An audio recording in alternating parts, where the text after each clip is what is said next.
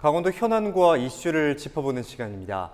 지난 3일 진행된 강원도의회 제293회 임시회 제1차 본회의에서 강원도의회 의원 46명 중 45명이 참석한 가운데 41표로 더불어민주당 곽도영 의원이 제10대 강원도의회 후반기 의장으로 선출됐습니다.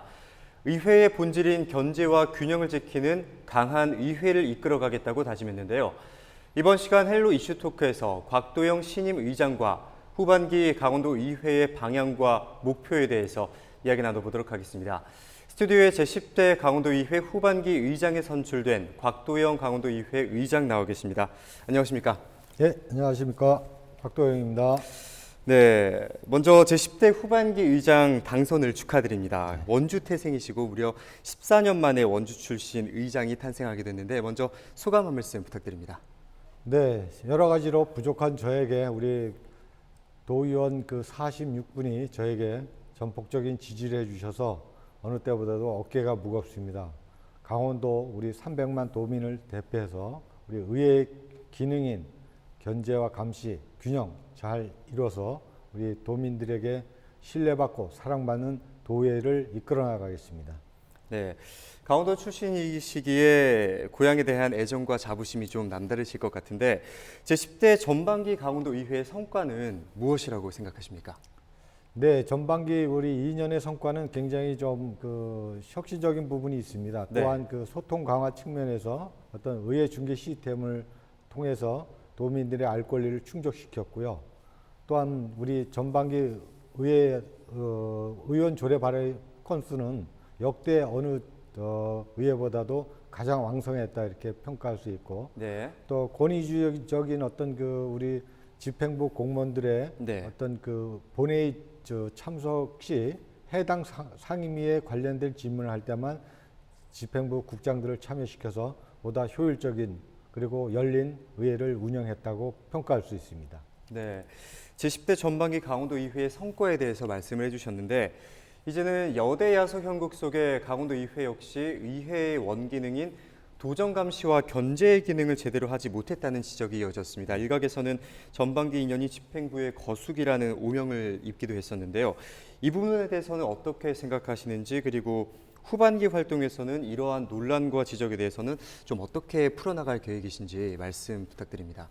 네, 도민들께서 염려하시는 그런 거수기라는 표현에 대해서는 본 의장으로서는 좀 동의하기가 좀 어렵긴 한데요. 예. 더 그만큼 따끔하게 집행부를 견제하라는 도민들의 요구인 것 같습니다. 그런 부분에서 후반기에는 보다 본회의장 의결 과정이 중요한 것이 아니고 보다 상임위에서 치열하게 논쟁이 이루어지고 따끔하게 지적하는 부분들을 보다 더 도민들에게 알려서 상임위에서 아주 일어나는 의정 활동을 보다 더 집중 홍보할 예정입니다. 예. 다만 결과론적으로 과정이 좀 이렇게 도민들이 접하지 못하다 보니까 본회의장에서 의결된 결과만 가지고 좀 그렇게 보는 좀 편견이 있지 않나 이렇게 생각하고 있습니다. 예. 그럼에도 불구하고 도민들이 염려하는 거수기라는 표현이라든가 그런 부분에 대해서는 더 집행부를 더 감시하고 견제하도록 더 노력하겠습니다. 네, 집행부에 대한 견제와 감시 기능을 앞으로 더 성실하게 수행을 하시고 또 민심을 읽을 수 있는 의정 활동을 하시겠다고 말씀을 해주셨는데요. 의장 당선 이후 진행된 인터뷰에서는 견제와 균형을 지키는 강한 의회를 만들겠다라고도 말씀을 하셨고 의원들의 개개인에 대한 역량을 강화하면서 좀 도민들과 소통할 수 있는 의회를 또 만들겠다고 말씀을 해주셨는데 후반기 강원도 의회의 운영 방향과 목표에 대해서도 말씀을 해주실까요? 네, 제가 의장을 출마하면서 우리 의원님들한테 약속한 부분이 이제 강한 의회, 실력 있는 의회, 또 지방 분권을 선도하는 의회, 또 소통과 민주적인 절차의 시스템을 구축하는 그런 의회로 만들어서 네. 보다 열린 의회로 다가가겠다는 말씀을 드렸고요. 네. 강한 의회는 이제 견제와 감시라는 균형이라는 그런 측면의 집행부의 기능을 의회가 더 하려고 노력하고 있고요. 네. 또 실력 있는 의회는 의원님들의 역량 강화를 더 한 단계 업그레이드 시켜서 의원님들의 실력을 더 업그레이드 시키는데 각종 그 연수나 프로그램을 좀 작동시키려고 하고 있고요. 네. 무엇보다도 생활 정치의 어떤 지방자치 시대를 열기 위해서는 네. 지금 국회에서 지금 계류 중에 있는 지방자치법 전부 개정안을 네. 이번 21대 국회에서는 반드시 통과될 수 있도록 우리 전국 17개 시도 의장 협의회를 통해서 보다 더 압박을 가하고 보다 더 소통을 강화해서 이번 21대 국회에서는 지방자치법 전부 개정안이 반드시 통과되도록 노력하겠습니다. 네. 말씀하신 대로 소통과 민주적인 의회를 통해서 좀 열린 의회를 만들어 나가겠다 이렇게 말씀을 해주셨는데요. 또 후반기 강원도 의회에서 현재 주목하고 있는 여러 가지 현안들에 대해서도 말씀을 좀 해주실까요? 네, 저희가 전반기와 마찬가지로 후반기에도 민선 7기, 최문순 도정 3기의 마무리를 위해서 유종의 미를 거두기 위해서는 의회가 더 고삐를 줘야 되겠다 생각을 하고 있습니다. 네. 그래서 지금 그동안 그 현안으로 대두돼 있거나 지지부진한 사업들에 대해서는 더 드라이브를 걸어서 집행부에서 긴장감을 가지고 네. 해결할 수 있도록 더 경주를 노력하도록 하겠습니다. 네. 관련해서 지금 레고랜드 문제라든가 알펜시아 매각 문제, 네. 각종 SOC 문제 이런 부분에 대해서 보다 더 집중을 해서 더 집행부가 더 집중력을 가지고 행정을 할 수 있도록 의회에서 견제 기능을 더 강화시킬 예정입니다. 네. 현재 지지부진한 사업들이 여러 가지로 많이 적재가 되어 있는 상황이고 레고랜드나 알펜시아 그리고 평창 사후 경기장 활용 문제에 대해서 좀 이럴 때일수록 속도감 있게 집행부가 일을 할 수 있도록 하겠다고 말씀을 해주셨는데요. 또 국회에서는 지방자치법 개정안이 현재 논의되고 있습니다. 강원도의회 역시 이 부분에 대해서 주목을 하고 있을 텐데 의회 차원에서는 어떤 노력을 하고 계시는지도 궁금한데요. 더불어서 자치분권에 대한 의장님의 견해도 같이 덧붙여 주시죠. 자치분권의 그 최대 핵심은 사실은 지방자치법 전부 개정안이 국회에서 통과돼서 우리 주민들이 지역에서도 그야말로 생활정치의 혜택을 바로 체감할 수 있도록 하는 게 그 본령이다 이렇게 생각하고 있습니다. 네. 그런 측면에서 지방자치법 전부 개정안이 국회에서 통과되면 예. 각종 그 정치, 경제, 세정 어떤 이런 부분에 있어서 우리 주민들이 지역에서도 체감할 수 있는 생활자치가 구현된다 이렇게 판단하고 있습니다. 네. 그런 측면에서 이런 거를 전략적으로는 전국 시도 의장 협의회에서 보다 더 긴밀하게 협력해서 중앙 정부하고의 어떤 그 설득과 소통을 통해서 이번 21대 국회에서는 반드시 처리되도록 저희도 집중할 생각입니다. 네. 국회에서 지방자치법 개정안이 논의되고 있는 가운데 현재 의장께서 자치분권에 대한 견해까지 덧붙여 주셨는데요. 중앙정부를 설득함과 동시에 이번 21대 국회에서는 좀 신속하게 처리가 될 수 있도록 노력하겠다고 말씀을 해주셨습니다. 또 제10대 강원도 의회의 슬로건은 도민과 소통하고 도민이 신뢰하는 의회입니다. 후반기 강원도 의회가 이를 실현하기 위해서 어떤 노력들을 해나갈 것인지 이 계획에 대해서도 말씀을 해주실까요?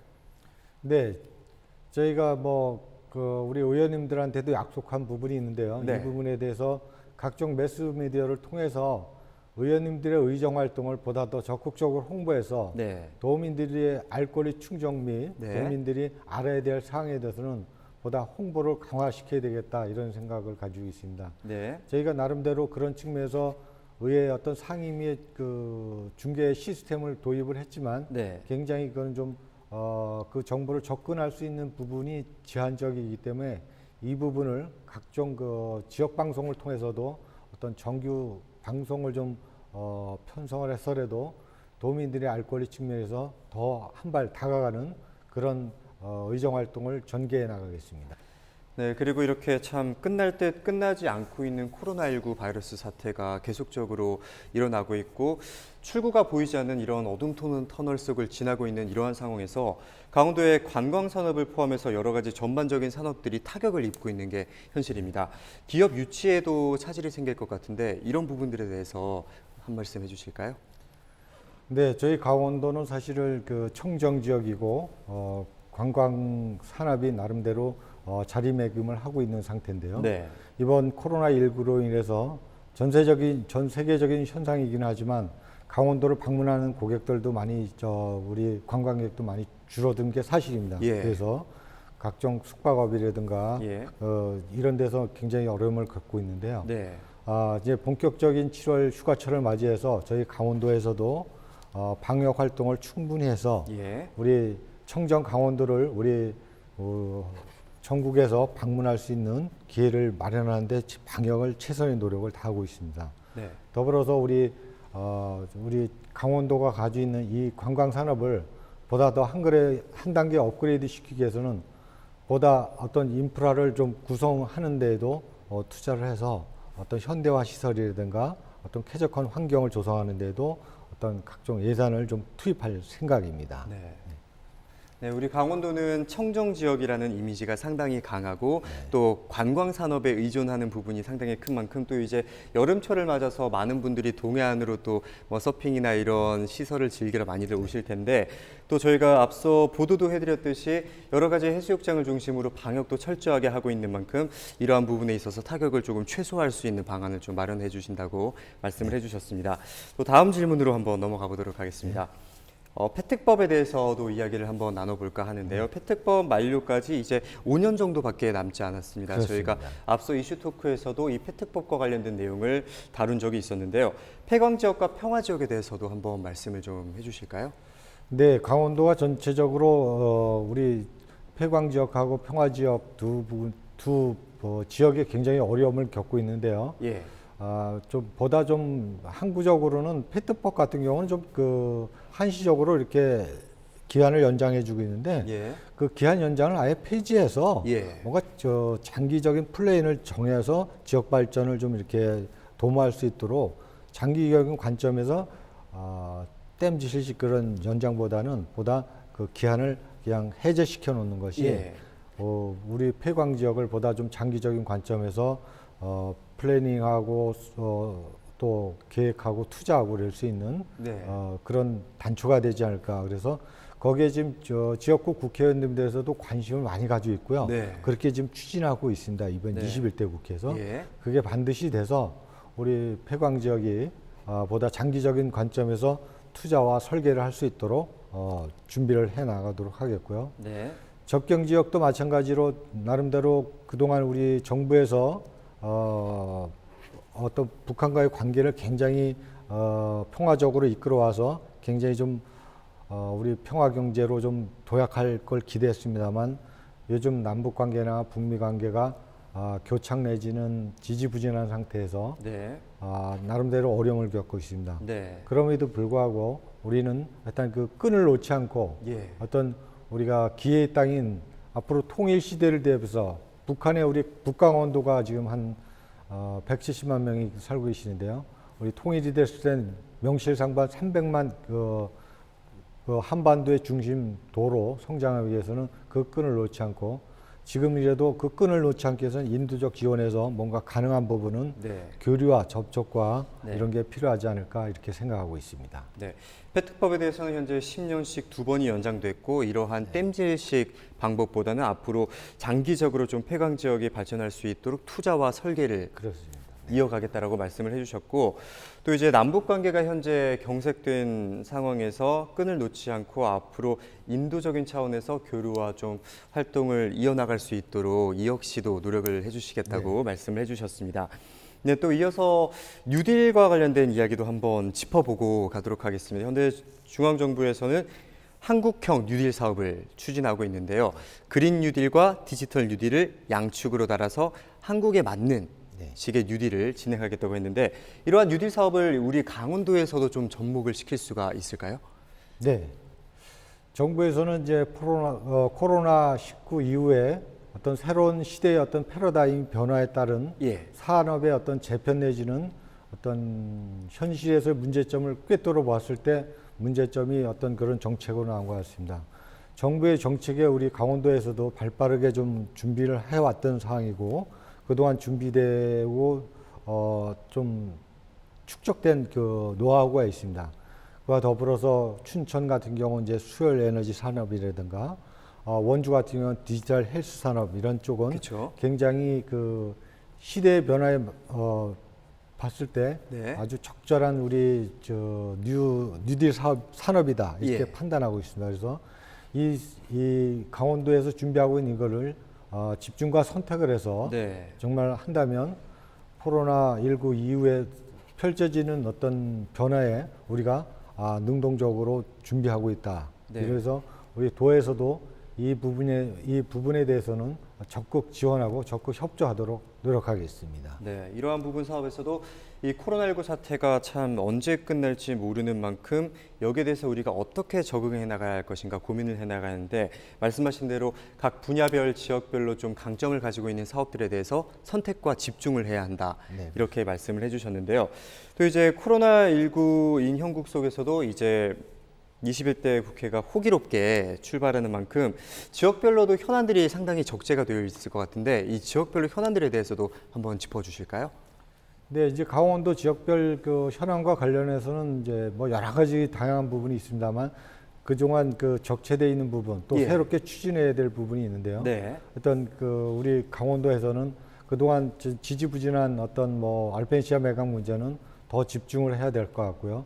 새롭게 추진해야 될 제천 삼척 고속도로라든가 강릉 제진 철도 문제라든가 또 방금 말씀드렸던 춘천의 수열 에너지 클러스터 산업이라든가 예. 원주의 디지털 헬스 산업 같은 네. 경우는 더 우리가 드라이브를 걸어서 이게 코로나19 이후에 어떤 그 산업 생태계 새로운 플랫폼을 하는데 네.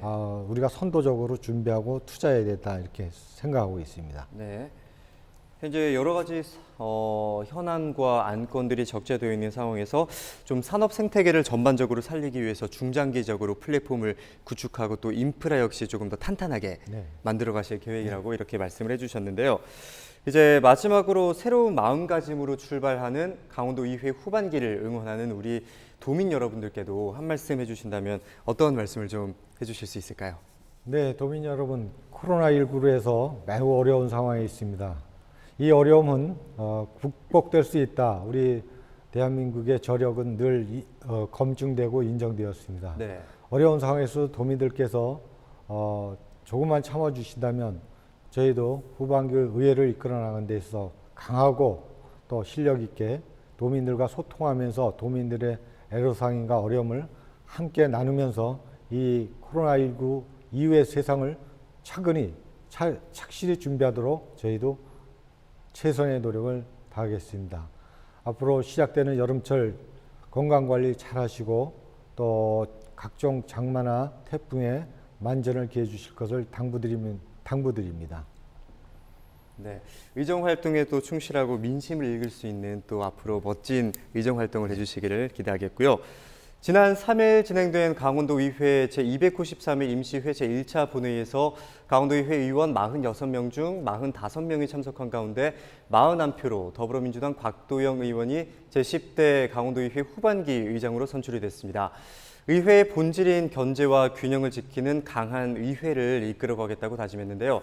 이번 시간 헬로 이슈토크에서는 곽도영 신임 의장과 함께 후반기 강원도 의회의 방향과 또 목표에 대해서 함께 이야기 나눠봤습니다.